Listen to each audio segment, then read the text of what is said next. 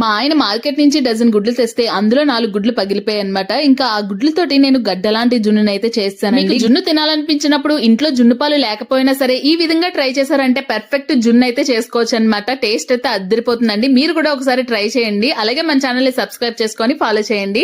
ముందుగా లోతుగా ఉన్న ఒక బౌల్ తీసుకొని ఒక 4 eggs ని బాగా బీట్ చేసుకోండి. ఇప్పుడు ఒక కప్పు బెల్లం వేసుకొని ఏ కప్పుతో అయితే బెల్లం తీసుకున్నామో ఆ కప్పుతోటే మనం మిల్క్ కూడా వేసుకోవాలన్నమాట. ఫుల్ ఫ్యాట్ మిల్క్ వేసుకోండి. ఇవన్నిటిని వేసి బాగా బీట్ చేసుకోండి. ఇవి బాగా కలిసిపోయిన తర్వాత యాలకులు మిరియాలు పౌడర్ లా చేసుకొని హాఫ్ స్పూన్ చప్పున వేసేసుకోండి. ఇప్పుడు ఒక స్పూన్ కస్టర్డ్ పౌడర్ కూడా వేసుకోండి. చాలా మంది ఎగ్ స్మెల్ వస్తుందక్క అని అంటున్నారు కదా. ఈ కస్టర్డ్ పౌడర్ వేసుకోవడం వల్ల ఈ జున్ను పర్ఫెక్ట్ గా జున్ను గట్టిగా వస్తుంది. ఎగ్ స్మెల్ కూడా అస్సలు రాదండి. మీరు కూడా ఒకసారి ట్రై చేయండి. ఇప్పుడు ఇడ్లీ పాత్రలోని మనం ఈ గిన్నె పెట్టుకొని ఒక 30 minutes ఉడికించామంటే మనకైతే జున్ను రెడీ అయిపోతుంది అనమాట. చల్లారిన తర్వాత అలా వేడివేడిగా తినొద్దు. ఫ్రిడ్జ్ లో పెట్టుకొని తింటే టేస్ట్ ఇంకా బాగుంటుంది. ట్రై చేసేయండి.